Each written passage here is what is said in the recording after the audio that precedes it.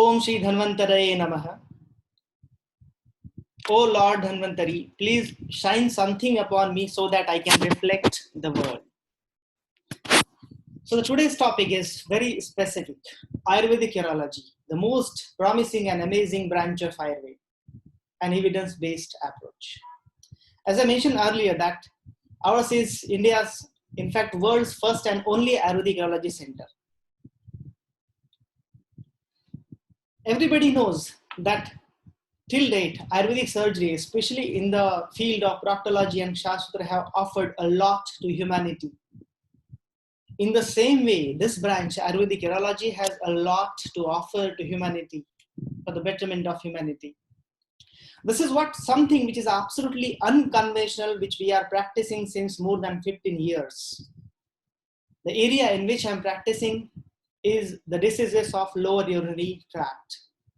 The most prominent disease of this area is urethral stricture, then benign prostate hypertrophy, post-TRP status, bladder outlet or neck obstruction, interstitial cystitis, recurrent UTI and multi-drug resistant UTI, hypotonic bladder, neurogenic bladder, and incontinence.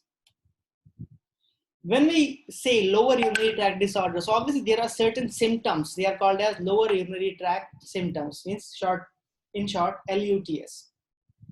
The first category is of storage LUTS. This is regarding the storage of urine. During the storage of urine, these symptoms are seen. First is frequency, urgency, nocturia, urge incontinence, nocturnal incontinence, stress incontinence, and pelvic pain.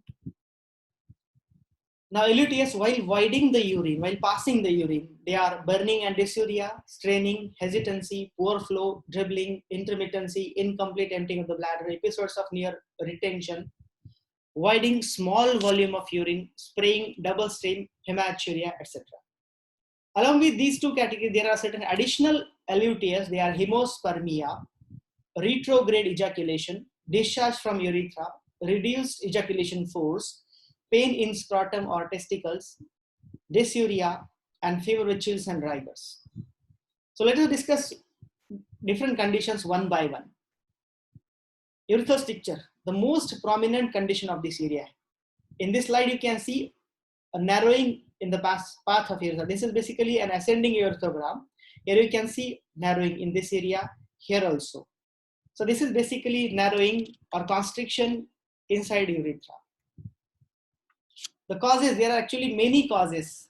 Most common causes are iatrogenic, like different kind of instrumentation or surgeries on urethra, like TURP, transurethral resection of prostate, then trauma, recurrent stones, UTI, unsafe sexual practices, Vegdharan, and idiopathy. In fact, in urology, it is very well said that more than 50% cases of urethral stricture are iatrogenic, means resulted from different surgeries or instrumentation. So in fact, this is true that many hospitals create new patients of stricture. As far as the management is concerned, a stricture can be managed only surgically. The first option is urethral stricture, urethral dilatation, sorry. So urethral dilatation, in that under anesthesia, they introduce different dilators. Initially they introduce small size, then gradually they increase the size of the dilator, and they try to open up that constricture. Actually, urethral stricture recurs within 1 year of the dilatation, and that's why it is generally posted near the birth date of that patient to remind that patient that he or she has to go for dilatation. That's why it is also called as birthday dilatation. The second option is erythrotomy or visual internal erythrotomy. In that, they introduce a scope inside the urethra. They try to cut open the constricture or spongiofibrosis to open up that urethra at that particular part. The things used are different, like including urotome, cold knife, different types of laser, including thulium, holmium, etc.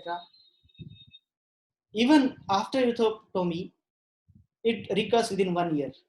And that's why generally most of the urologists, they teach that patient to go for CISC, clean intermittent self-catheterization. But it recurs, that's very true. So after going through 1 or 2 or 3 erythrotomy, generally that patient is advised to go for erythroplasty, which is supposed to be the last resort for the management of urethral stricture. It is an open surgery.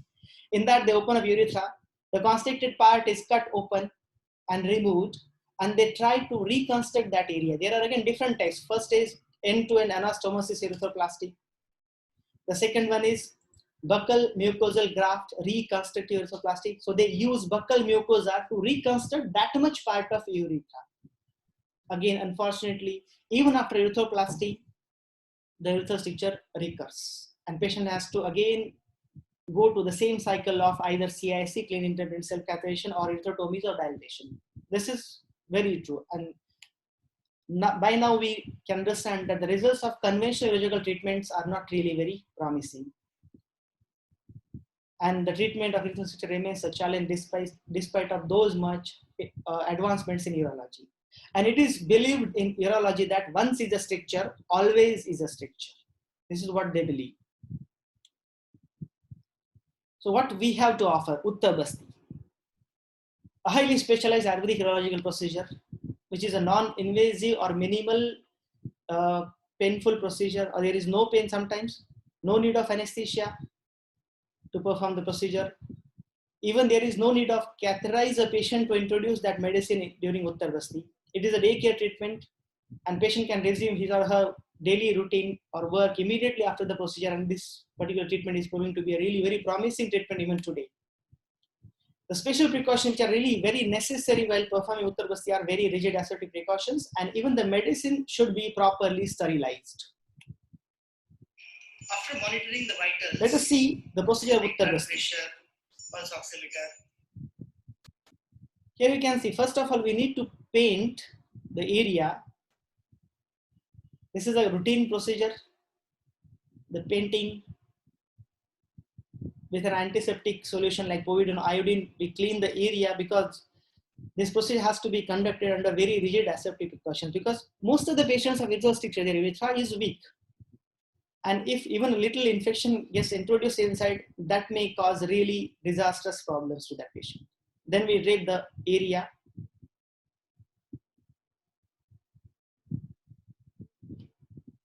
Here you can see that particular dose of the medicine for that particular patient in this glass bottle is also sterilized. Wherever possible, we use disposables like disposable syringe, etc.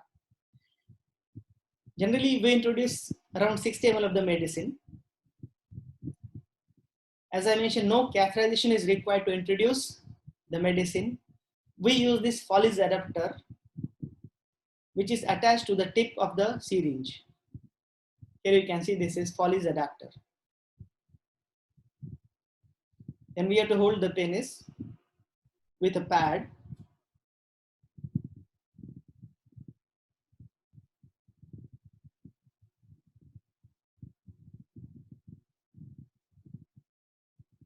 We gradually introduce the tip. Then we gradually introduce the medicine. This is very important that while introducing the medicine, it has to be very gentle as possible, because we are introducing something against the natural passage of urethra.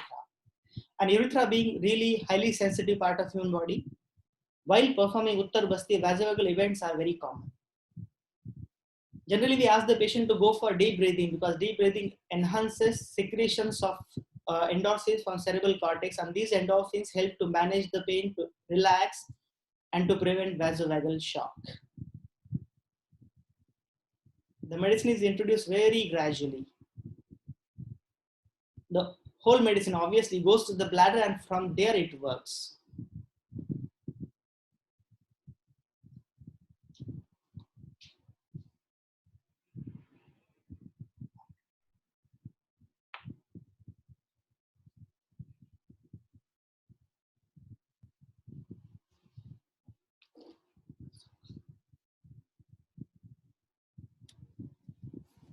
Before starting the procedure, obviously we monitor all the vitals. Even during the procedure, the vitals are monitored. After the introduction of the medicine, we fix a penile clamp to maintain the maximum concentration of medicine inside urethra. So this is Uttar Basti in males. Now Uttar Basti in females. the same way. Initially, I used to use centronasal glass syringe to introduce the medicine. Now for females also, we are using the same way, the Foley's adapter to introduce the medicine.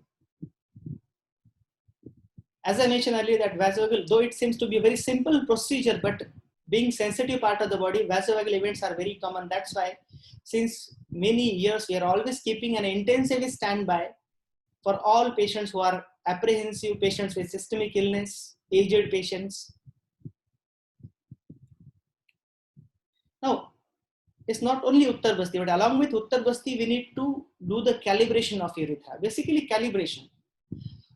For the normal functioning of urethra, two qualities of urethra are very important. One is elasticity of urethra, and second is caliber of urethra.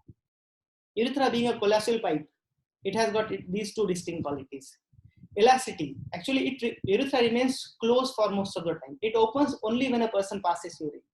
As soon as urine is passed, it collapses again. So this is a collapsial pipe. So being a collapsial pipe, it has got its own elasticity. At the same time, it has got its own caliber, means the maximum extent to which that can open. So to restore that elasticity, we are doing Uttar Basti. To restore the caliber, we need to go for calibration. In the calibration, after Uttar Basti, we introduce anesthetic jelly. Then we introduce different urocats. We start with small size urethral catheter. Then we gradually increase the size of the catheter. And this is done on alternate days. And this is the selection of the catheter is according to the condition of that patient's stricture at that particular point. Now here you can see when we introduce the catheter, it has to be introduced very gently. This is basically a nail cath, which is made up of a polycath material.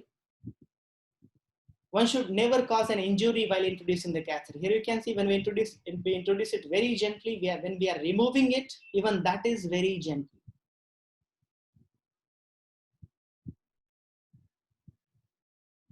You can see here that there is not even a little blood stain on this. So this is absolutely kind of bloodless procedure and painless as well. Generally, like as I'm practicing in the field since more than 15 years, and I would say that all of our patients have tolerated the procedure very easily. So no patient ever needed anesthesia while performing either Uttar Basti or calibration. As far as the results of Uttar Basti are concerned, obviously they are assessed clinically and by comparison between pre and post treatment investigations like urethography and uroflowmetry. The results of Uttar Basti are irrespective of the site, size, extent, and etiological factor. So this is the beauty of this treatment. Let us discuss some cases of urethral stricture. This lady, a 50 years old lady from USA, I would say this is the most complicated and most challenging case of my career till date. Was suffering with stricture since 2001, has to undergo dilatations every 6 months or urine flow used to stop completely. Unfortunately, she suffered fulminating UTI in July 12. That gradually led to complete retention of urine by 15th of October 12, and she has to undergo suprapubic catheterization in emergency. On 17th October 12, she was advised to go for cystoscopy and vaginal flap urethroplasty after a series of investigations. When they actually posted the surgery on 23rd of January 13 in California, USA, when urologist tried to introduce a pediatric 10 French cystoscope, he could cannulate urethra for only 0.5 centimeter. After that, he tried to negotiate urethra with a glide wire, which is thin like the ball of a ball pen. Even through that, it wasn't possible for him to introduce that glide wire. Then he took the suprapubic approach. And even through that suprapubic approach, it wasn't possible for them to introduce a glide wire. So it was completely impossible stricture and they have to abort the procedure. I have got all the operative notes of this patient from USA. And that lady was explained that she has to lead rest of her life with this suprapubic tube only. Obviously, there was no hope. Especially when the doctors of USA say that there is no hope, that means there is no hope at all. Her daughter is a nurse in government hospital over there. She searched on the net, she got our site, the name itself is cureurethral-stricture.com. There is an online consultation form. She filled up the form. She communicated with us. It was very difficult for them to believe that an Indian doctor and that to Ayurveda doctor says that it is curable. How come? And we have a policy that unless and until each and every doubt of each and every patient is absolutely satisfied, we never start the treatment. Ultimately, they decided, she came over here. We started her treatment on 20th of April 13. By God's grace, with the strength of Ayurveda, on 29th April, within 10 days, we were able to remove her suprapubic tube with normal flow. A lady who was unable to pass even a single drop of urine, that lady passed urine with a maximum flow rate of 16.8 ml per second, which should be at least 15 ml per second. With an average flow of 12.4, which should be around 10 ml per second. And this was without staining. So this proves that it is possible to open up a stricture without surgical intervention. Not only this, but after completion of the treatment in April 13, she went back to USA. She came back after 3.5 years. Even at that time, her uroflow was absolutely normal. A lady who has to undergo dilatations every 6 months, even after 3.5 years, she was fine. And not only this, but this year she completed 7 years of her treatment and she is leading normal life. So this is a very unique case which disproves both beliefs that to open up a stricture, surgical intervention is necessary, and once is a stricture, always is a stricture. So both beliefs are disproven. Second case, a male patient, same kind of condition, came up with a suprapubic tube. Urethra was not at all negotiable. When they did ascending urethrogram, you can see a complete blockage at this level, at the level of membranous urethra. And after our treatment, here you can see the dye has entered up to the bladder. So this stricture also completely opened up. Now for all such cases with suprapubic tube, what we do is we try to introduce the medicine through urethra very gently, as gently as possible. And remaining medicine we introduce through the suprapubic tube because medicine works from the bladder. A third case, this young chap, basically a software engineer, again from USA, underwent first visual internal ureterotomy in November 12, second VIU in December 12, exactly after 1 year of the first surgery. After exactly 1 year of this, in December 13, when he came to us, his flow was significantly compromised. Max flow was 9.3, average was 5.9. After the treatment in December 13 only, flow improved significantly, everything was fine. He went back to USA. He came back from USA in December 17, exactly after 4 years, December 13, 17. And after 4 years also, his flow was absolutely normal. So this is possible with Ayurveda. Look at this guy. Underwent these many surgeries. Out of them, one is urethroplasty. Even after urethroplasty, he has to undergo laser VIU, 1, 2, 3, 4, and 1 dilatation. Even after that, he was practicing clean intermittent self-catheterization or self-dilatation. And still his condition was like this. His flow was significantly compromised. After our treatment in May 16, everything is fine. And since then, he is leading absolutely normal life. Now, one more case, last case of urethral stricture. A young chap from USA, Virginia, an accountant by profession, underwent 3 different surgeries at different time. Even after that, there wasn't improvement. Each time the stricture recurred, and he was not at all a believer of Ayurveda. But as there wasn't any option, so he opted Ayurveda. He came to us in April 15, and exactly after 1 year of his treatment, he writes like this, that he was not at all a believer of Ayurveda. So he waited for complete 1 year, and he says that thankfully, with the help of Ayurveda, I am stricture free till date. This is the response or reply or a testimonial given by him on 12th of April 16. So this is more than 5 years. He is leading absolutely normal life since then. And he especially notes that he is available to act as a reference for all skeptical patients who come to us. So he is now kind of ambassador of Ayurveda in USA. He is an important reference for all our international patients. So this is all about urethral stricture. The next pathology is benign prostate hypertrophy and post-TURP status. As far as benign prostate hypertrophy is concerned, there is specific or very significant or very promising conservative treatment in Ayurveda. Certain oral medications, like even all of you must have got very good results with certain medicines. In our routine practice, we use capsule prostalin of East India Pharmaceuticals. Along with that, there are certain like Bangashil, Forte, Jural, BPH, etc. So collectively, we get good results with all these medication.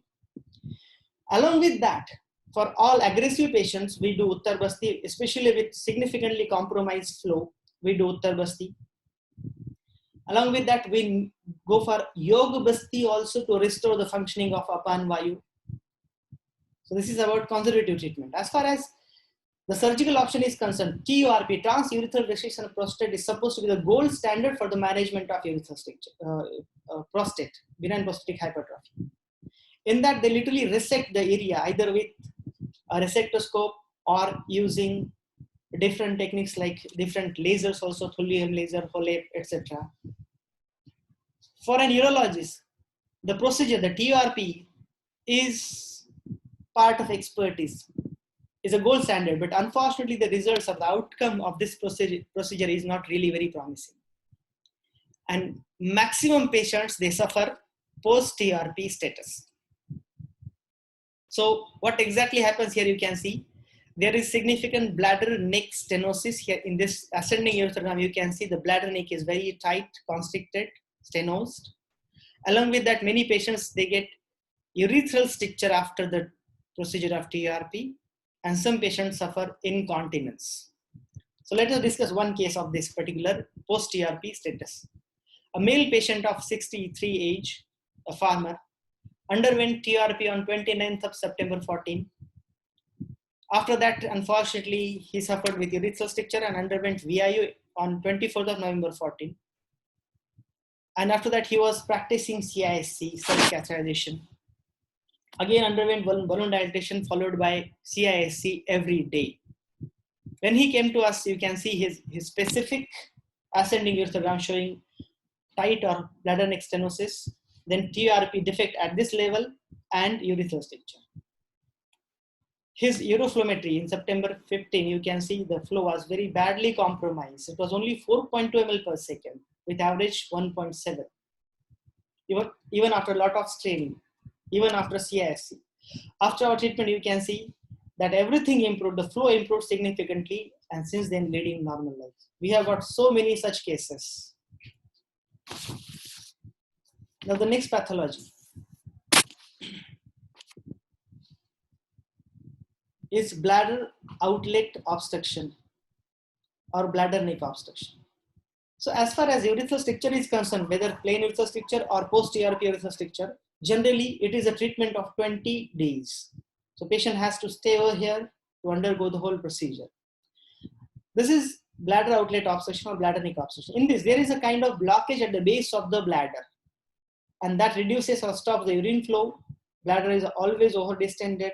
There is significant back pressure change in the form of hydroureter and hydronephrosis. This is kind of a functional obstruction. Now, to understand this particular concept, first of all, we need to understand the basic physiology of bladder. Bladder, unless and until 400 to 500 ml of urine is collected in the bladder, we never know about that. Once that much urine is collected in the bladder, we get the urge to pass urine. But still, we are able to hold the urine with the help of external sphincter. As soon as we enter the washroom, we just relax the sphincter and the flow starts. This is very natural. This is called as detrusor sphincter synergia. Now, what happens when this external sphincter, actually it is pelvic floor or urogenital diaphragm, it gets tightened. And because of that, that particular person, when bladder is full and that person enters the washroom, that person is unable to relax the external sphincter. This is called as detrusor sphincter dyssynergia. Actually, the basic cause behind this is Vegadharam and disturbed Apan Vayu.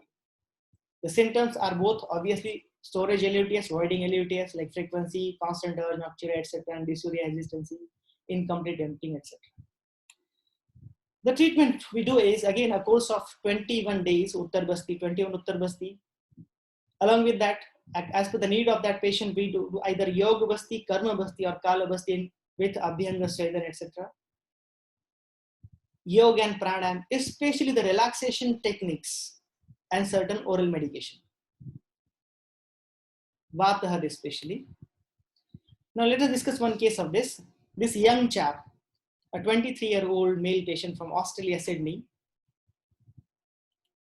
The history is very interesting. He was having e-neurosis up to the age of 16 years, and dysuria was there since long. Unfortunately, he had an incidence of involuntary passage of urine in school when he was in 4th standard. Means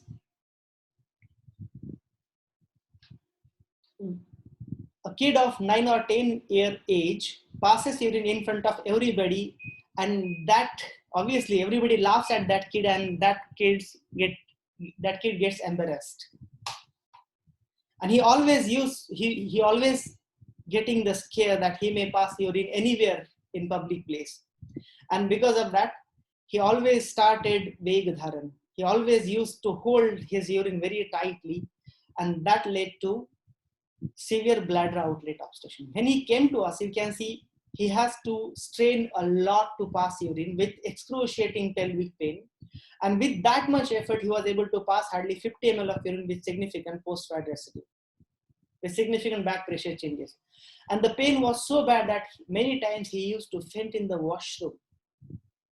Obviously, he underwent a lot of treatments. His father is a businessman, so he took him to all possible urologists, neurologists, physiotherapists. Everybody tried everything. He was ultimately advised to go for either, there are basically two options. One is surgical, that is BNI, bladder neck incision. But even after that, there is no assurance that everything will improve. The second is botulinum toxin injection at bladder neck. Even this is not a promising treatment. And the complication with BNI is retrograde ejaculation. So the patient was not ready at all, being a young chap. Ultimately, he also searched on the net. He got our site and he came to us. When he came to us in December 12, we started the treatment again with the same Uttar Basti relaxation technique of Yoga Pranayam. With the strength of Ayurveda, within 7 days, that guy was able to pass around 100 ml of urine without pain, without staining. You can see here on 4th of December when he came, the bladder volume was 710 ml, the residue was 660 ml. So he was able to pass hardly 50 ml of urine with significant back pressure changes, hydrodynamic position, hydroureter. At the end of 3rd week, he was able to pass around 300 ml of urine without straining, without pain. So this is possible with Ayurveda. We asked him to come back for a follow-up after 6 months. So he came back in June 13. At that time, you can see the residue is only 50 cc. So he was able to pass that much of urine, and the residue was only 50 cc. And the back pressure changes were significantly reduced. The next pathology is interstitial cystitis, or painful bladder syndrome, or Hunner's ulcer, or elusive ulcer. This is again one of the very nastiest conditions of this area. Symptoms are persistent urge to urinate, frequency up to sometimes 60 times a day, often passes small amounts of urine, pain and discomfort while bladder fills and gets some relief after passing the urine, pain during sexual intercourse. A case of this condition, a male patient from Mumbai. He was having this condition since 4 years. He was treated at Hinduja Hospital, Mumbai. Intravesical cocktail therapy is supposed to be the last resort of conservative management for this. In that, they introduced a combination of anesthetic agent, normal saline, and steroid into the bladder. He underwent 5 cycles and followed by 4 cycles, total 9 cycles, but there wasn't improvement at all. The bladder capacity was significantly reduced, and he was advised augmented cystoplasty, a major surgery of the bladder to increase the capacity.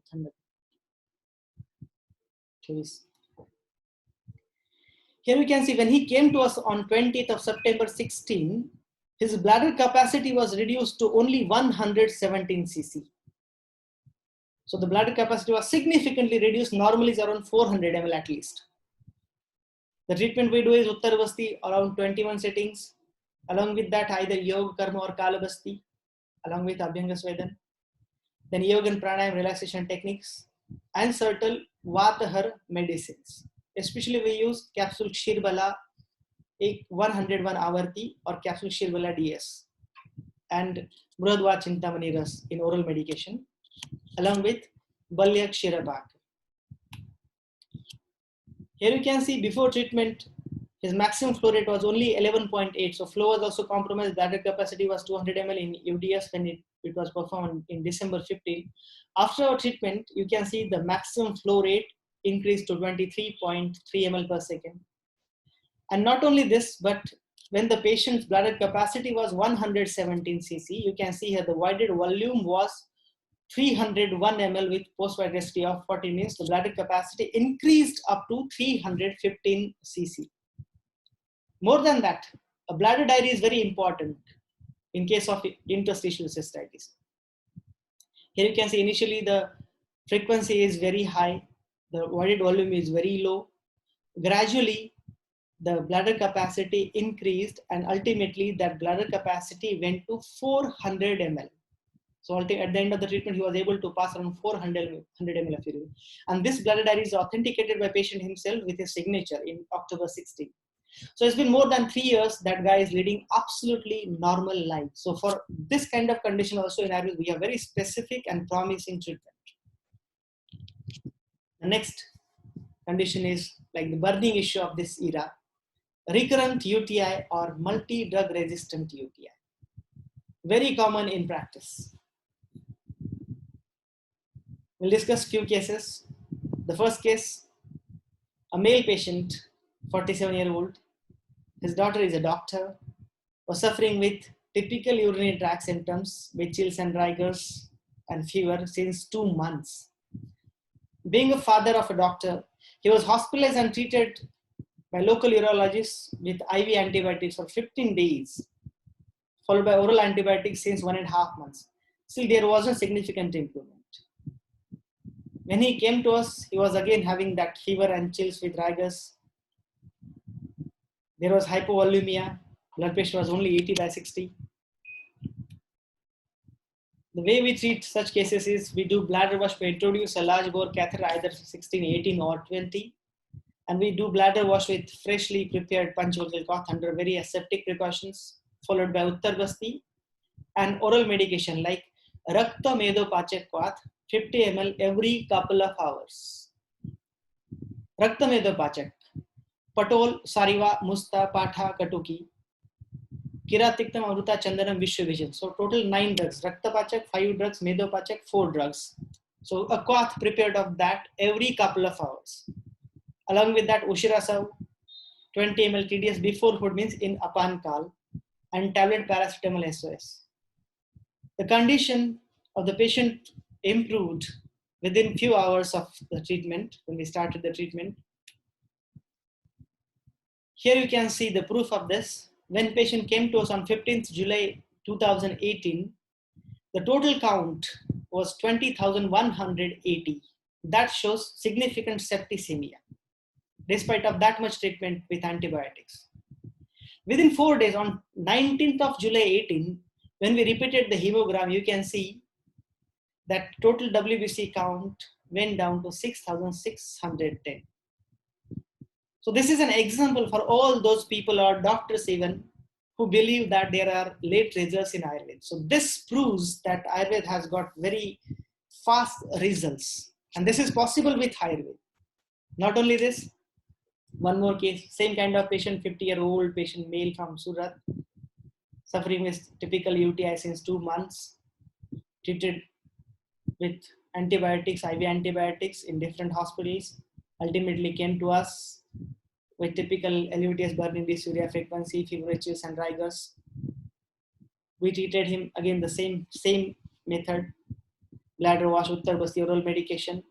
And the way that guy improved, here you can see 26th of September 14, the total count was 22,600.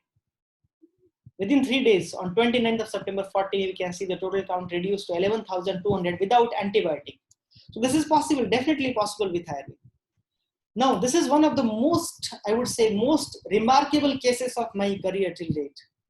This patient, a 61-year-old male patient, a known case of severe aortic stenosis and regurgitation and stress-induced diabetes.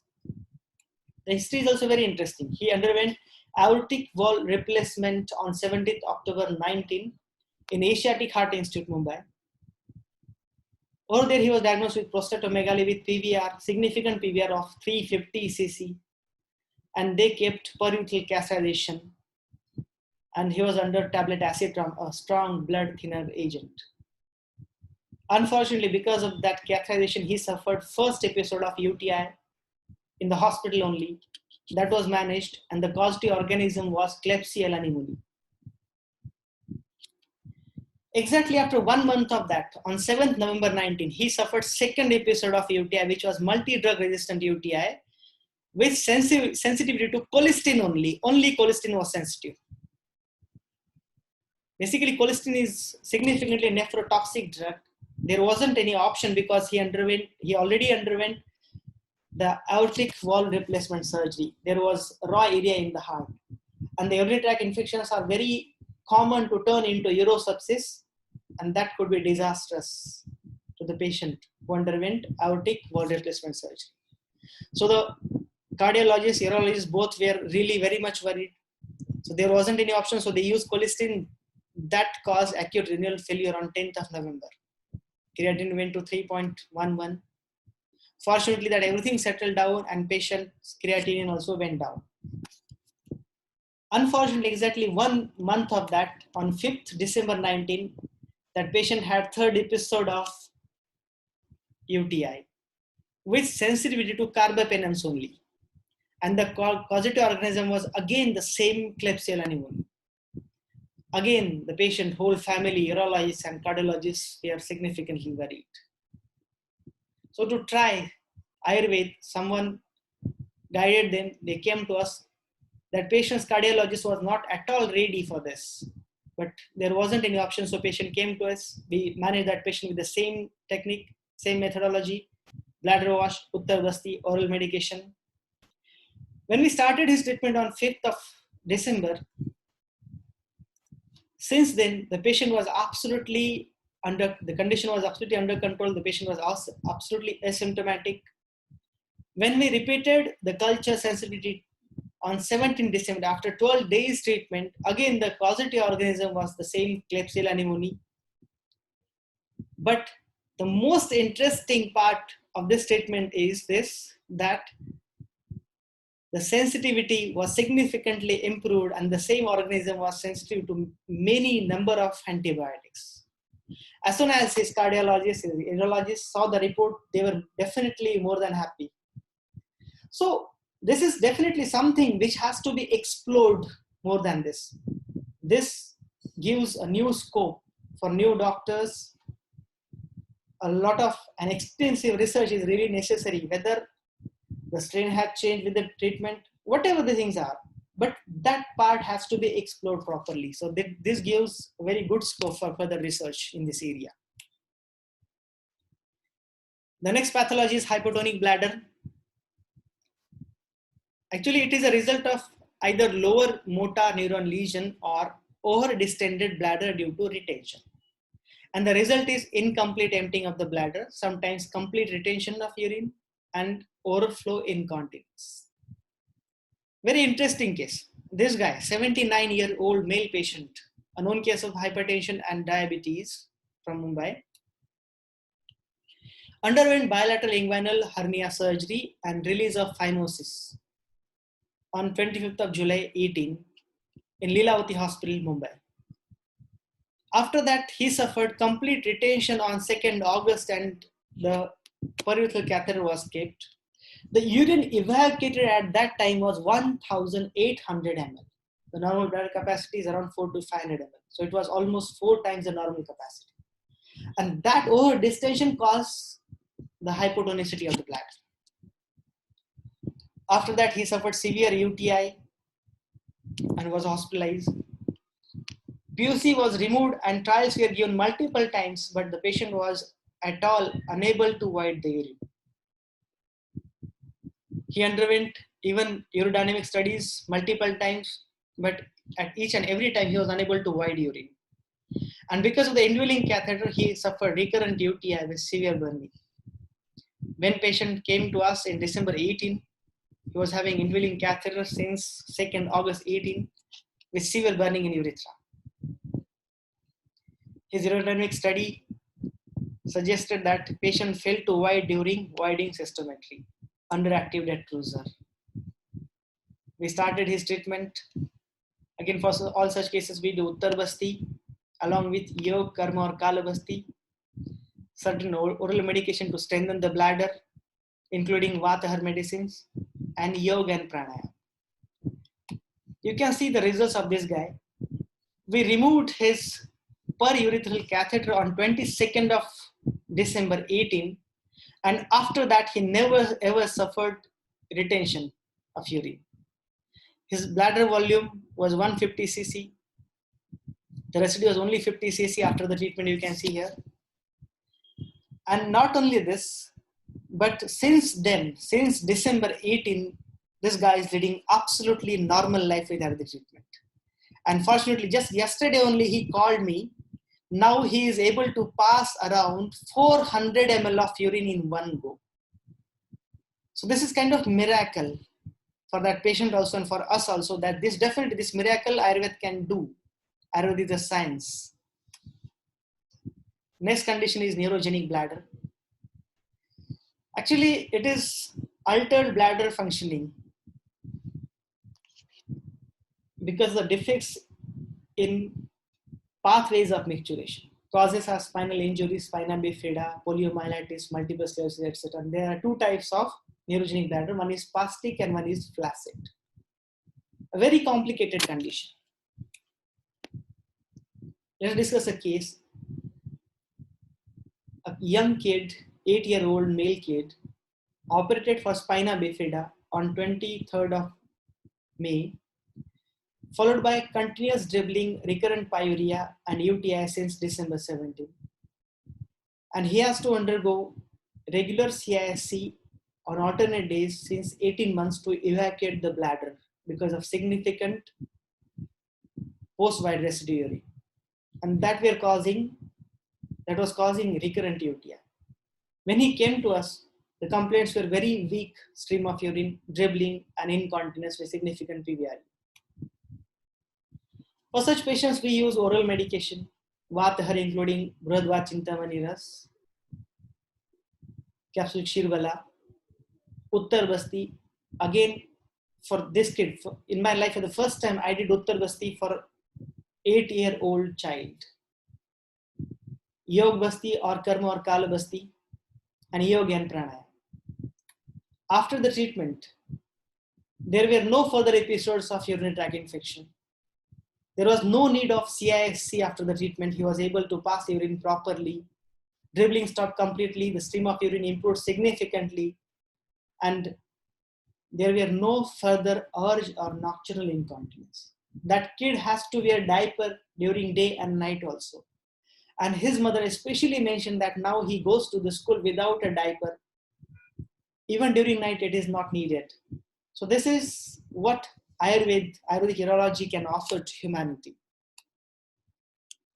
Here you can see on 15th of May 19, the ultrasound sonography suggests that the bladder was contracted significantly.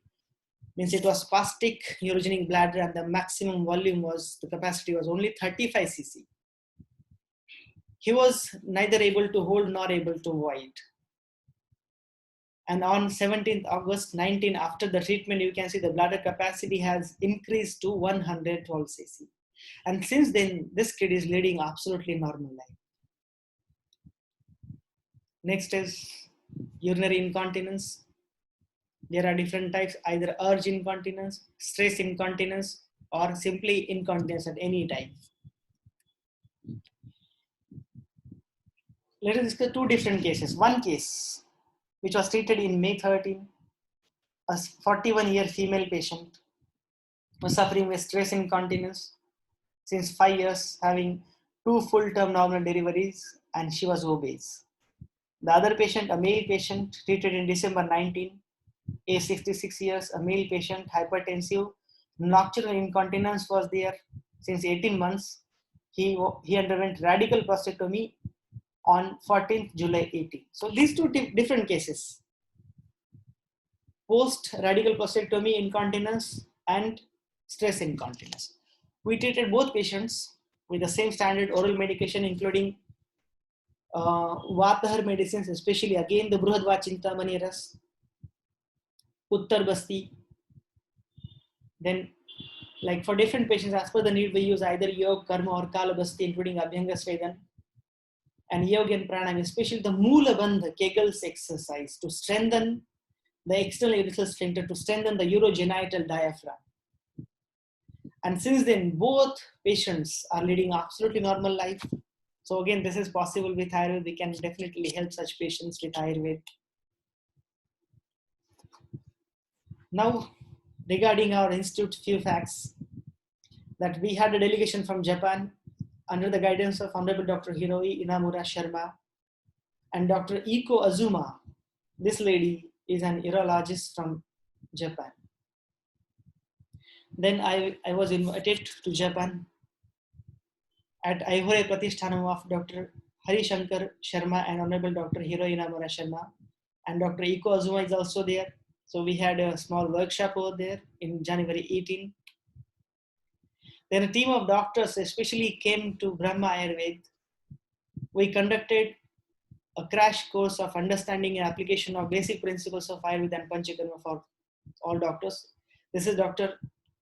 Kitanishi, Suyoshi Kitanishi. He is ENT surgeon. Then many urologists from different countries, they especially came to our institute to know, to understand what exactly Ayurvedic urology means and what exactly we do in urology. So this guy from Russia, St. Petersburg, these three urologists from different countries, Singapore, Egypt, and Algeria. So this is all about what we do practice in Ayurvedic urology. Thank you, everybody. Thank you for a patient listening. Hope this must have cleared many doubts regarding this particular branch of Ayurveda. Again, I thank Dr. Piyush, Dr. Raj Chabra, and Dr. Preeti Chabra for giving me this opportunity to share this kind of knowledge, this kind of wisdom in front of all dear doctors. Thank you. Thank you very much. Thank you, sir. Thank you so much for this presentation. And we would like to now start with the question, like there are so many questions are coming up. So let me quickly run through certain questions for you. And first of all, I would like to, on behalf of all participants, we are very